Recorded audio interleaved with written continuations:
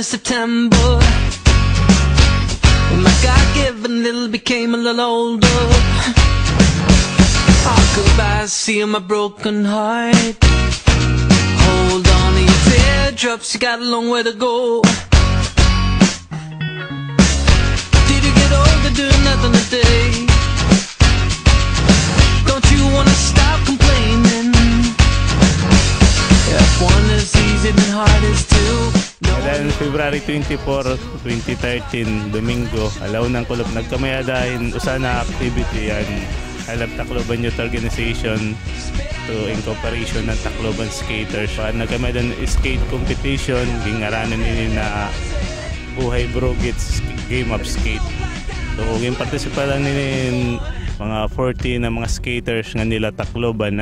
Usana pa no yun din nila makalikom min pundo para na organization nga kami adagi hapon yung pundo para ayad or maintenance sa era mga equipment. Well, nakita bumanggod din nila ang mga youth organization ni Tacloban at tunang dalagan lot nga ito na ilab Tacloban Youth Organization. So kami para amon kapitora gimbaton. So kung ano naman kaya matag, anong kaya naman ma-sponsoran bisan ni ano na organization ginsuportaran nito namon.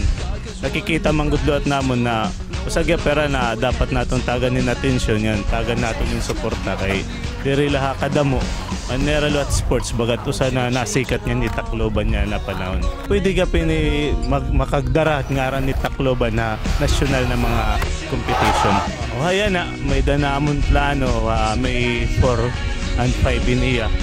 Propose pala yun bagat naging mo kami pinaka mini X Games duwat nga ni Tacloban. So compost niya yan for disciplines or for na event with category.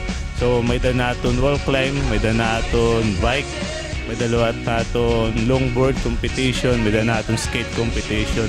So buwan ng plano ni duwa kadlaw tapos urusala ni madat pag-awarding liwat urusala ada amphitheater. So usala ti pagpakita ang unity and kundi na sinyalis na youth nga ni Tacloban o mga youth organization nagkakaurosa na iya.